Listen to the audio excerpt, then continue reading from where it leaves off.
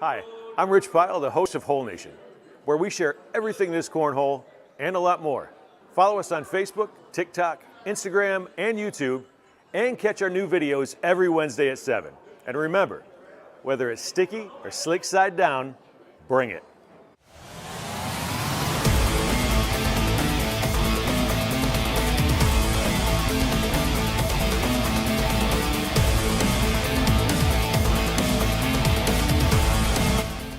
What do you say, hole heads? Welcome to a Margarita Monday version of Taco Tuesday. Finn, the loudmouth for the ACO, side by side with Frank. Here's the Cornhole Dude.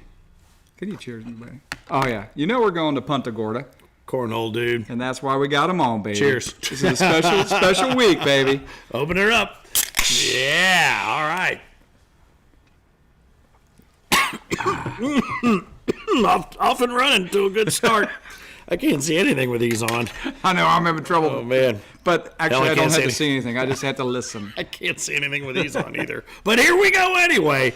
Boy, what a wrap-up we had last week. Ron Burgundy was sitting in to handle the wrap-up of season 19. But now, he did a great job, too. I tell you. I watched it several times. I enjoyed that guy. I didn't. But the bottom line is we're going to tip our hat tonight to a handful of others we've made public. Congratulations all the way around as we look to put a couple more events on the calendar here, the World Championships not being the least of those as we head back to Thronesboro, Kentucky. All of that in service of heading to season 20. How about that? Yeah, it's not like we rehearsed that at all.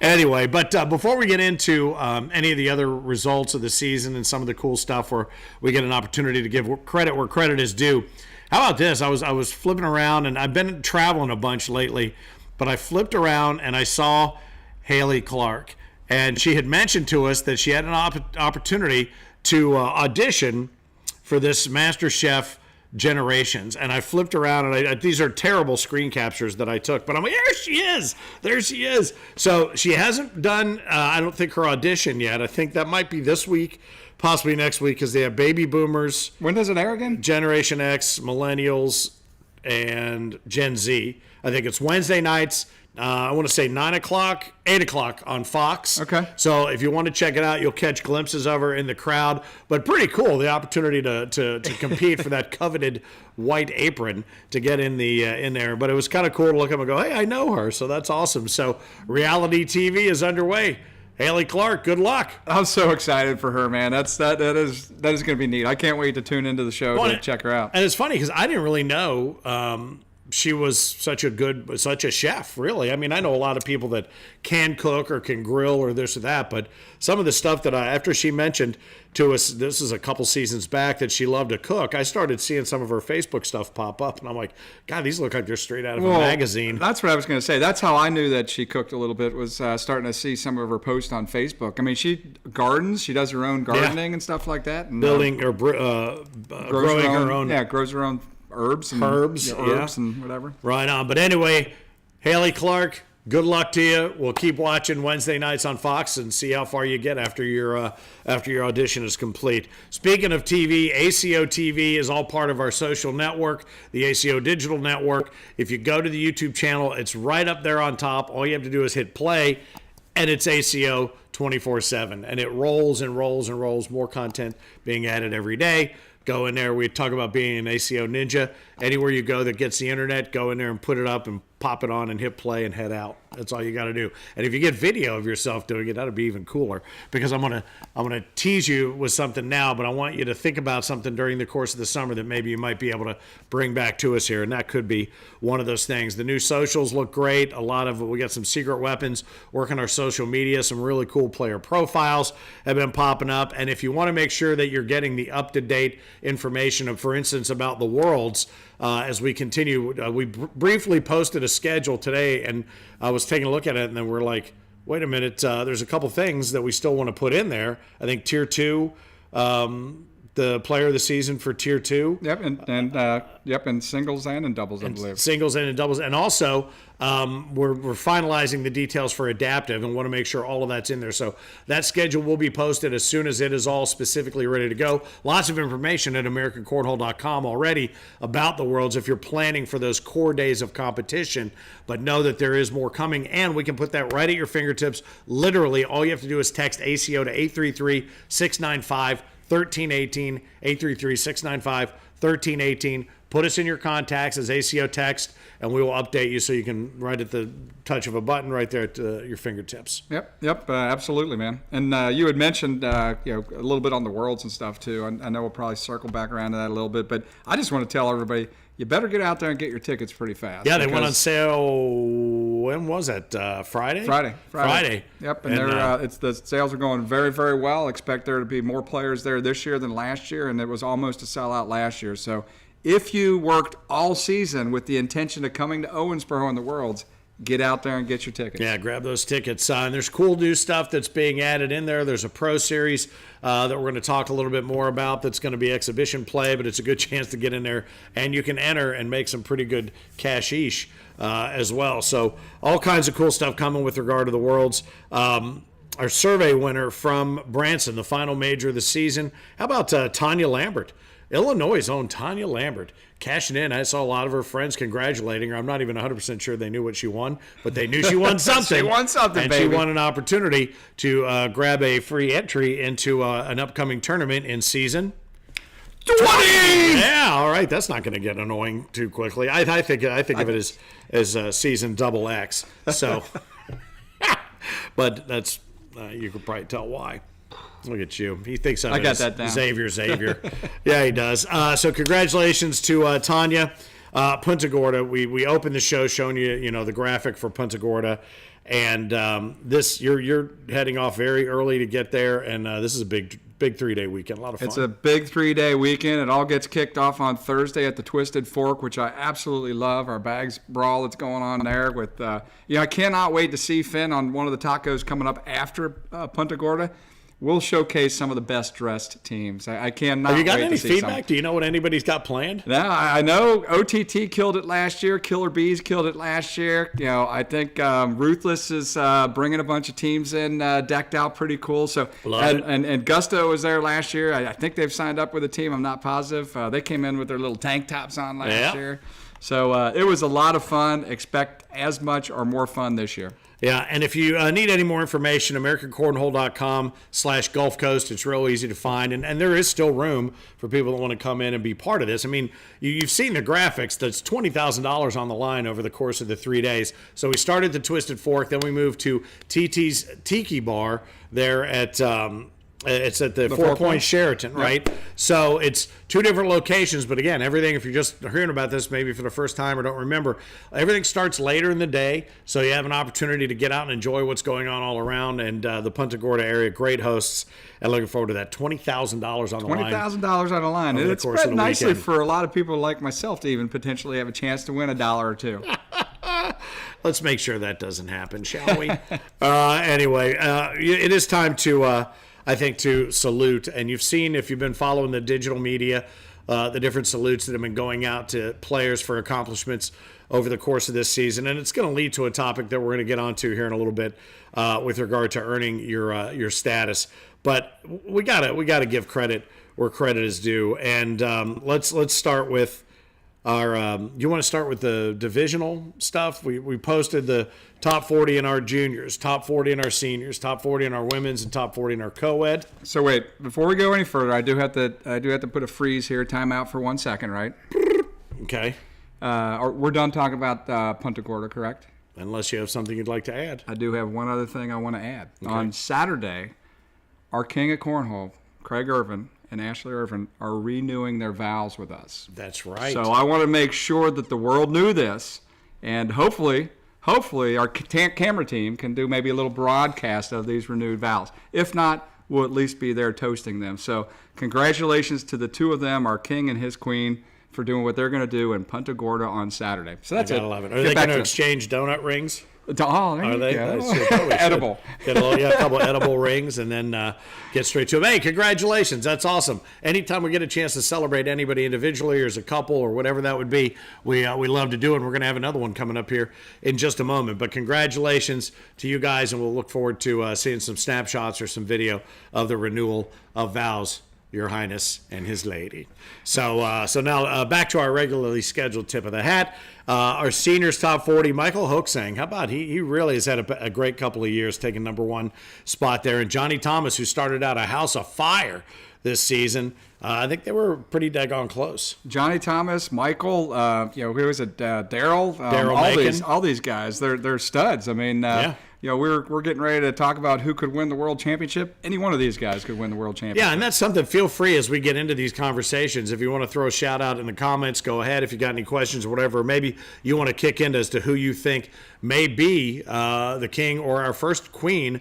Since we've done it this way with singles competition of cornhole. Juniors, Isaac Hurt takes number 1, Bryce Jefferson 2, Adam Alessandro 3, Devin Thompson 4, and Jaden Morton 5. Maybe not some of the names you would have thought that would have been in the top 5 as you look over that whole list. I mean, Spencer Garner at 17 seems a little surprising. I thought he'd be a little bit further up there in the juniors. I don't disagree. But he's poised nicely to kind of make a sneaky run in there like Sebastian Barger had in the past. The co-ed players of the season, I don't know that anybody would say that they're some surprised. of those juniors might be timing out this year, too. Oh, that's I don't know true. what their age is right now, but some of them might be coming to the Aging end of out. their reign, aging out. Yep, and since they've always been able to compete at a higher level, that's really just good news for the juniors division. Nobody, I think, would be surprised that Maggie and Wayne are at the top of the co-ed, except you might have thought that Chad Jackson and Kim Dice, with as much as they traveled around and as many tournaments as they were in, might have been in that top 2. And I would have sworn, if you'd have said you want to bet me money, I would have bet Chad and Kim were in the top 2. But how about Martina Belt and Russell Tabers putting together a team that did some serious damage through the course of the season? That's a good team, and if that team stays together, I would look for them to be right back at the top next year. Yeah, and Team Puckett really made some noise too in the back half of the season, as well as Chase and Megan Puckett in at number 4 for the season. Well, and Chase has always been a great player, but Megan has really turned her game on the last probably 12 to 18 months. Yep, She absolutely. has really become a phenomenal female player. And then our newlyweds, Craig and Ashley coming in at number 5. Our newlyweds on the co-ed season and top 40. And then now in women's, I don't think anybody is surprised either to see Kim Dice. And you want to talk, kind of like I said about Hoaxang, the way that her game has come on in the last couple of years has been lights out. Yeah. Kim, and who's tied with her right now? Is it Emma? Is it Emma Jernigan for player of the season? So they're going to have a playoff at the World Championships. But in the top 40, Kim and Emma take the top 2 spots there. Martina Belt has had a great season. Josephina Ernstberger, fantastic season. And Juana Karash, a name that has popped up over the last couple of seasons here as well. Another one that everybody ought to be watching for in their rearview mirror that's in that top 4 in front of her. But Tiffany Sparks, Kennedy Meineke, Maggie Geiger, Tammy Williams, Ashley Irvin. I mean, the list, our women's division, you look down that list, it's insane. And congratulations. I saw Tammy Klinger post, and she's like, yeah, I improved 8 spots. Next season, here I come. So that was pretty cool to see there, too. Haley Clark in at number 30. We talked about her a little while ago. Paula Stevens holding right there, right just inside the middle, number 15. So good stuff. All these divisions, really cool to see. And I tell you, I'm looking down some of the other some of the other rankings, and, divisions and rankings, and it's pretty spectacular. Go back to the co-ed real quick. I'd love to, but I can't. Okay. You should have said something before I clicked right there in the corner. Oh, hang on 1 second. Maybe I can. No, you're all right. I was just... Wait, co-ed? Is that what you want? I was checking on the co-ed situation. Okay. Yeah, I was just... with Maggie and Wayne, I just wanted to make another comment about them. I mean, I'm not sure. They seem to have been at the top since they've been in this game, right? Yeah. I mean, Wayne's the one that had to pick up his game to be able to compete with his daughter, but they've been around for a long time, and that's it. I just wanted to say that, and Kim and Chad, making the run that they did this year, and Martina and Russell, what they did this year. So a lot of good teams at the top there. Braden Easterling and Josie Clare, who we've seen run right through some majors as well. McKenna Ballou and Mackenzie Kopp. Slow Ride's mama in there at number 32. That's cool. So what's really cool about the co-ed, though, because the women have gotten so deep anymore, it's now made co-ed that much deeper and competitive, right? Because there was a time when, the women didn't dominate the sport like they're starting to come in and play in this game. And now that they are, it's making this co-ed division that much more competitive and fun. And the other thing, too, and one of the things whenever anybody asks us about, the growth of the ACO, where's it come from? Inevitably, that is probably the biggest groundswell of growth from, maybe spouses or girlfriends or, better halves that were just tired of sitting around watching and decided to get involved. But then you start to look down here and you see all the common last names, Todd and Josephina Ernstberger. You see Greg and Karen English. I was just looking a little bit further down, the Christs, and it's just, and couples, Mia and Brian, seeing people the couples that are showing up together. It's just, that's really kind of cool to see that as well. So beyond the Pucketts and the Irvins, as you go completely down through that list of top 40, to see more married couples in there as well. So thanks for coming back around to that for me, Fan. That was nice you did. Is there anything else you'd like to see before I close it? Thank you. You're good, baby. I appreciate Let's roll. Keep the show going, baby. Let's see. Where was I? I don't know. Oh, I know. And then congratulations, our top 96 who made pro status, and that's going to be a topic of conversation coming up here in a moment. Because I'd like to mention something if I could, and we'll see if you let me at the end.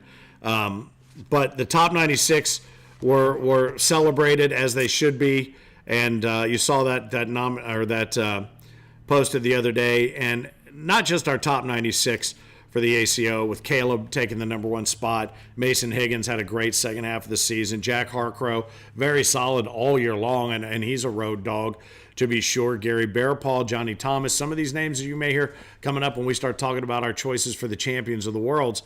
But Tommy Hewick rolling in right mid-table right there at number 48. Very cool to see. Charlie Case, a handful of, Richard Jones, CJ Sligan. So it's good to see a mixture of our juniors, our seniors, our women in there. Kim Dice coming in the Corny 40 at number, I think, 29 as well. But, if you saw those graphics, and you also get to see the graphic of the new jersey. The pro jersey looks sweet. Awesome. I love it. Very, very good stuff. I think it's going to be even better in person, man. They look good visually now, but when we see them in person, I can't wait to check it out. And we would be remiss if we did not mention our ACO Euro pros as well. ACO absolutely. Europe. Congratulations, Jonathan Cheevers, Tony Gavin, Daniel Lilly, our ACO director in Europe. Charlie Lomax, Liam McGrath. I just saw Liam posting another win he had over the weekend. I think he took down our boy Daniel. Or was it Daniel? Yeah, Alistair Pettit, Craig Smith, John Steins earning pro status as the beginning of that expansion into ACO Europe. And you couldn't be prouder and happier for you guys. Cool stuff coming your way as well. So a tip of the hat to everybody. Good for you. I mean, since I don't play, I can't even imagine what it must feel like to have earned something like that, or to be considered a player at that level. We talked about road dogs too, and we started the season. How many road dogs did we have last year? 20 or 18? No, it was in the 20s. It was in 20. Yeah, I should know that, but I think it was like 28, 29. And I think the over under on this year was 31 or 32, and I think I might have taken the over by 1 or 2, and you guys might have. I took the under, man. There was no way I was saying it was going to go over it again. Well, we were close. Because I've missed it the first year. You didn't make it. Well, when we had 9, I expected, all right, we might get lucky to get 10 or 12, and then we had 20 plus, 25 plus, and now this year, where are we at? 53, and you. 54. How about that? 54 road dogs. We're gonna have to get a separate truck for the barrelheads. We might have to. 53 players, man. That's insane, dude. And we have a full list that we'll be posting. We'll be celebrating at the Worlds.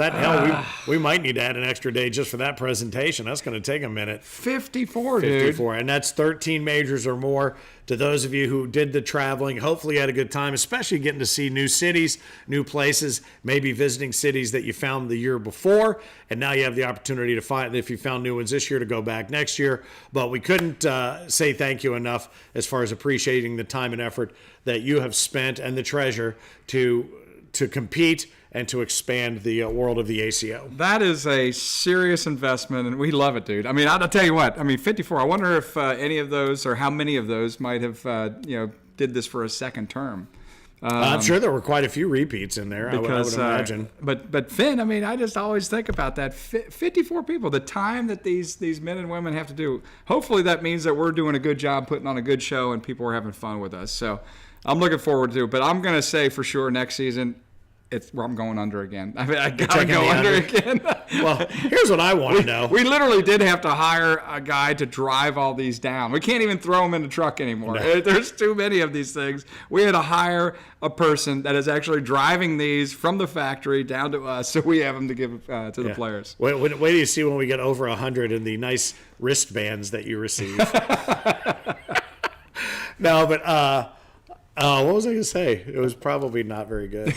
That's right. It was good stuff, though. I was going to say something. I don't remember what it was. But anyway, certainly appreciated, and it is the growth of the ACO family and the expansion of that. And the other thing I would tell you, too, whether you were a road dog and somebody who did all of these tournaments and welcomed new people, so many new faces this year that got back to you or me or mentioned to any one of us, what a good time that they had and how welcome they felt here versus anywhere else when they would come play with us. No matter where they had played before or they might have tried other groups or whatever it was, I loved hearing the fact that everybody said that said this is my first time or my second one. Love it. You guys made me feel really welcome, so it's cool. Well, and I have one last thing to say about the Road Dog. Let's not forget about what the Road Dog was all about, man. It's about celebrating one of our finest ever, Mike Schaefer Sr., who was with us for a long, long time. King of the Road Dogs. Yeah, King of the Road Dogs. He's the one that got it all started. So, Schaefer, to you, brother. Nope. There you go. Cheers. Cheers. But thanks again to all the Road Dogs. Yes. And his legacy lives on through Mike Jr. and his family, who've been a big part of the continued movement of the ACO this year. So cheers to you, Bulldog. It was, it's really all in your honor. I still go back every once in a while and watch that video of him in Branson with us, him against Burnett. And then when he called over the line, that still makes me laugh out loud. When he called over a foot foul on somebody who was 10 feet behind him because he had already started wheeling toward the board. Oh, so I love good. it. It's great stuff. All right, so let's talk a little bit about the Worlds. Going back to Throwensboro, Kentucky, they're building up new stuff. I think there's a new hotel almost finished across the way that was just big open space while we were there. But there's always more stuff happening and going on, and we will get more things for you to do while you're in town and whatnot here as we get to a couple of episodes closer. But it's time for us to finish out our picks, I think. Okay. We started about a month ago, I think. We each picked who we thought was going to win the overall king or queen of cornhole. And that's our category. We're just singles. We're in singles, world singles right now. World singles, and I saw somebody commenting on a different podcast, has there ever been a king or a queen? And somebody misunderstood that the top women's player is automatically the queen of cornhole. That's no longer the case. We used to have a king and a queen.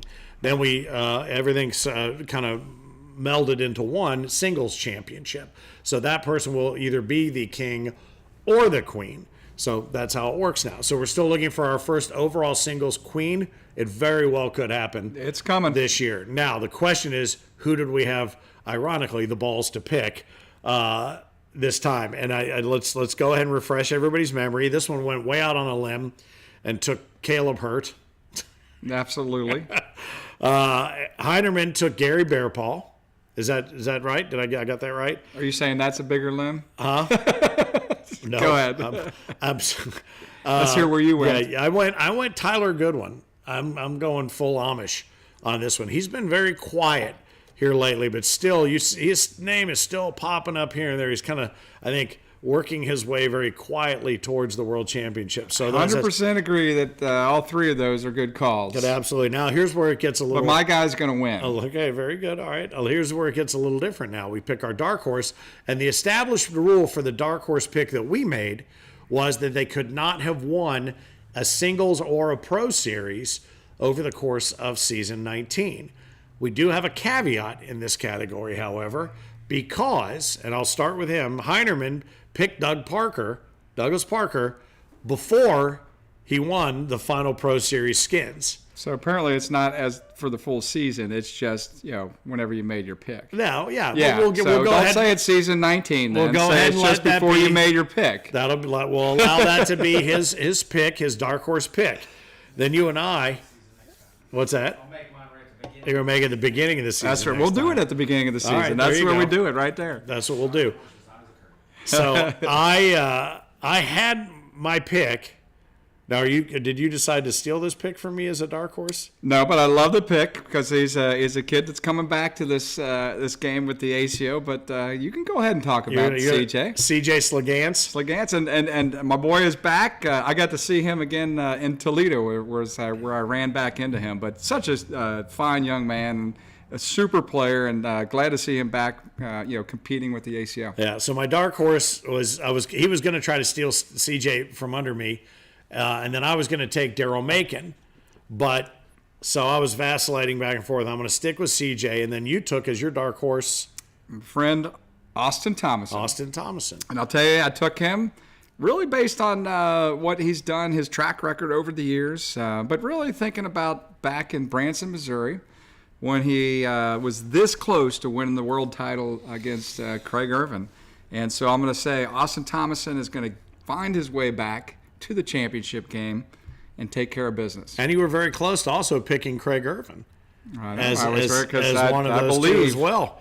You never know. I mean, we shall see. Maybe he'll have a Wonder Twin Powers activate moment in Punta Gorda, and he'll be on fire through the end of July. We shall see. It's anybody's game, and that's what's so crazy. You just don't know until you go. So he's got Caleb and Austin, Bear Paw and Parker, and Goodwin and Slagance. Those are our picks. Throw yours down into whether it's your pick and your dark horse pick, whatever you'd like to do, feel free to throw them into the comments right there. And remember the rules of engagement. They cannot have won a major or a pro series this season. Your dark horse. Your dark horse can't. Okay. Something else I want to talk about, and we don't have to spend a lot of time on it, but a lot of people have been spending quite a bit of time on it, and it has to do with the integrity of the game. And this is something that we've talked about internally. I've seen, comments continue to churn up here and there. We talked about this a while back with regard to the behavior of certified officials and how tournaments are run and that sort of thing. The commentary was what the commentary was. Points were adjusted as a result of certain things that happen, and that's sort of how it happens when you have a situation that you need to deal with. You go deal with it. It doesn't have to be hyper public. It just has to happen. The interesting thing about the shift in what's happening now in the discussion is, it comes down to, it doesn't necessarily come down to, in my mind, the top-down enforcement of anything other than the idea of the integrity of the game. So, and here's what I mean. If you believe that someone is not playing eye level with you and they're not living up to the standards that we have set in our rules guide, or that your certified official maintains at your events, you are more than welcome to bring that up to a certified official. That's why they exist. If the certified official feels the need that there's proof of allegation or proof of anything, any sort of impropriety, they can escalate it as follows. But just chirping at each other and saying things without proof makes it difficult. And I'm saying this is my opinion, because it's like with anything. Yeah. If you're just going to chirp and you don't have proof, you've got to then realize that what this boils down to is it's basically it's self-policing. This is a game that has always been about integrity, not unlike golf. If you've made a mistake, you self-report. If you call somebody out and you want to call them out in a particular tournament, you can do that. That's what this is about, because ultimately what this comes down to isn't, and if impropriety is proven, absolutely, steps will be taken. I saw somebody say, I can't believe they haven't made a statement about it. You don't need to make a statement about this. Nobody wants impropriety. Nobody wants cheating. That's the statement. No one wants that. But if you can prove it, that's one thing. If you're just chirping about it, the thing that you have to remember is if you're the person, let's say, that's being called out, you have to be able to walk into a room of people who play a game that you love the way that you love it And you have to face those people. Those are your peers. Those are your peers. This is how this game is played. I mean, a lot of people think it's this way. It's this way. This is what makes this game a success. And if you are willing to subvert or work around or do whatever, you're going to get sniffed out. You're not going to be welcome. And it will be the people's court that ultimately decides how your career in this sport goes. So if you're just jerking around and joking and doing what and whatnot, and then all of a sudden somebody takes it seriously or whatever, that's one thing. If somebody can see that you're doing something and they can prove it and they want to escalate it, that's another thing. But again, it's a case-by-case basis. Things are absolutely addressed on an individual basis. It's not kick the can down the road. This isn't the NFL where you just wait for somebody else to do something and you forget about the other thing. I'm just trying to explain my thoughts on how this sort of sport works. And we always sit at center court, Philip and I, and say, well, if that person's foot faulting, it's on the person they're playing, or if they're spinning a bag and causing an issue, it's on that person they're playing to call them out and, and try to resolve the situation. Everything within this sport still can be resolved at eye level. You have to be able to walk into a room with the people that allegedly you respect, and you need to play the best game you can play. If you're not on your game someday, that happens. But that's my thought on it. It's not that everybody's just turning a blind eye to anything. Case by case, things get dealt with. For those who felt like maybe they got bounced out of position that they should have been in, where all of that happened, or within the mixture of a particular group, those things tend to shake themselves out, and they tend to be more of a people's court sort of thing. I'm not saying you take anybody out back with a blackjack, but you know what I mean. This is intended to be a sport where we all get together for the same purpose and the same reason.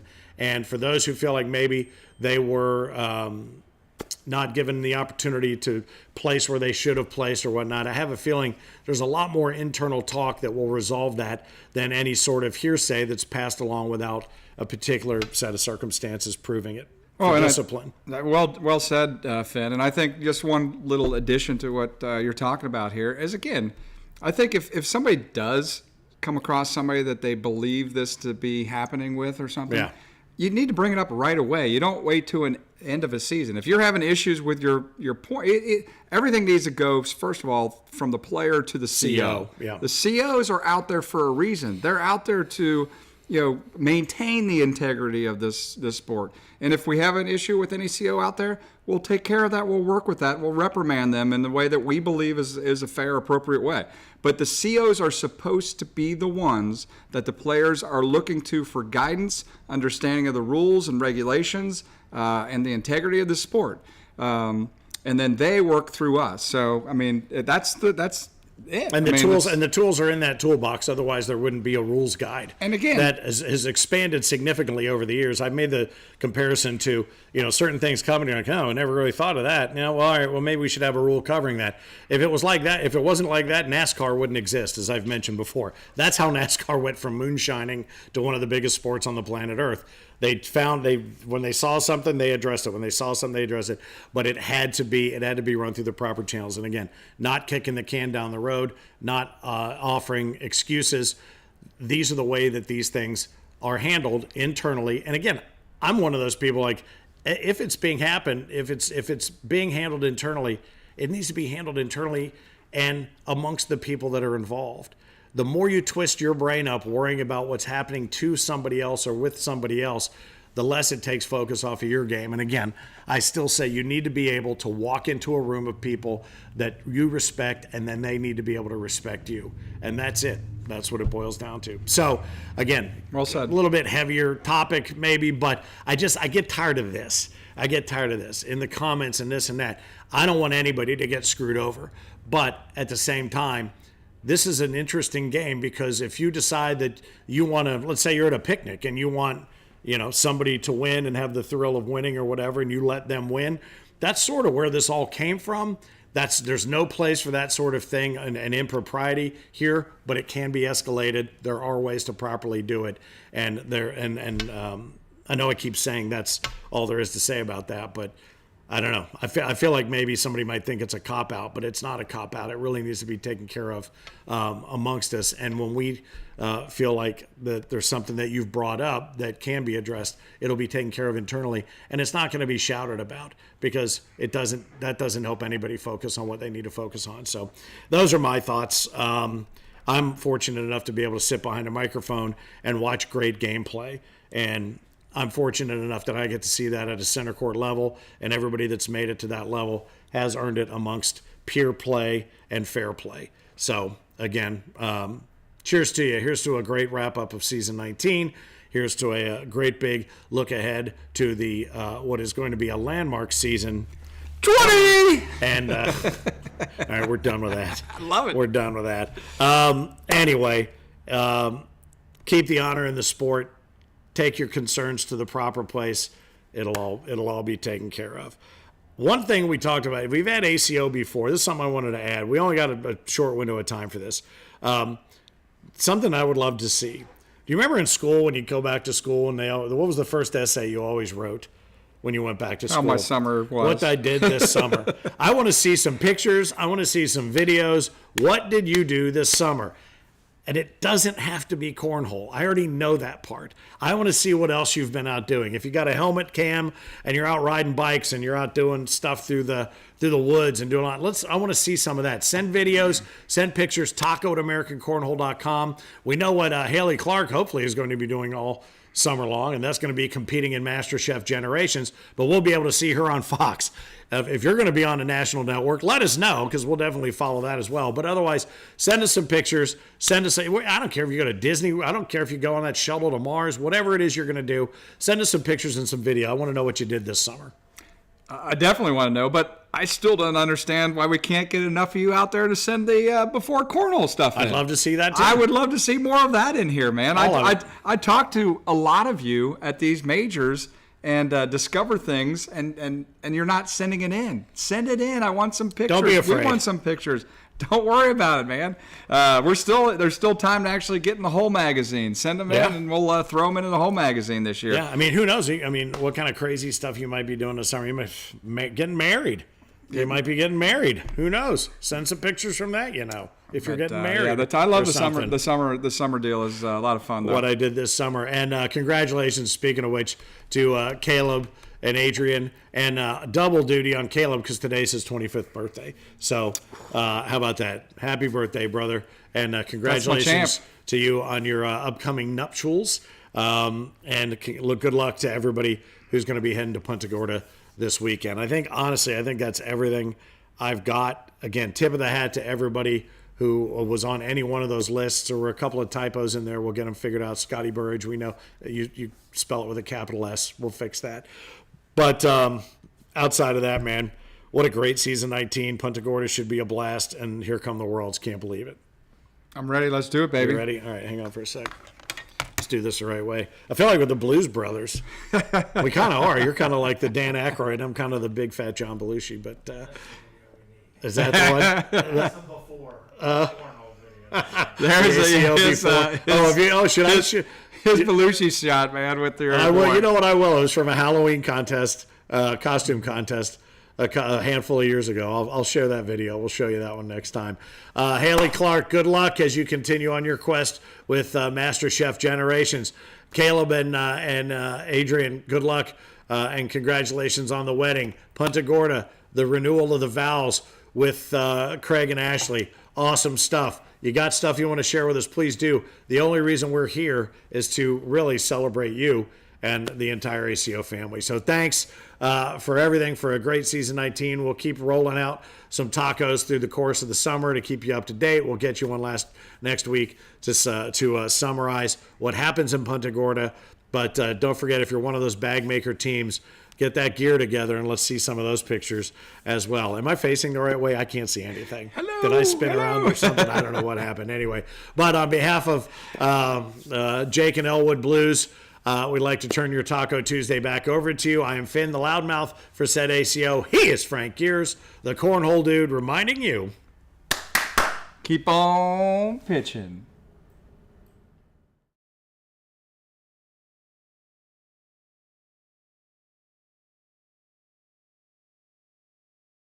Hi, I'm Rich Pyle, the host of Hole Nation, where we share everything this cornhole and a lot more. Follow us on Facebook, TikTok, Instagram, and YouTube, and catch our new videos every Wednesday at 7. And remember, whether it's sticky or slick side down, bring it.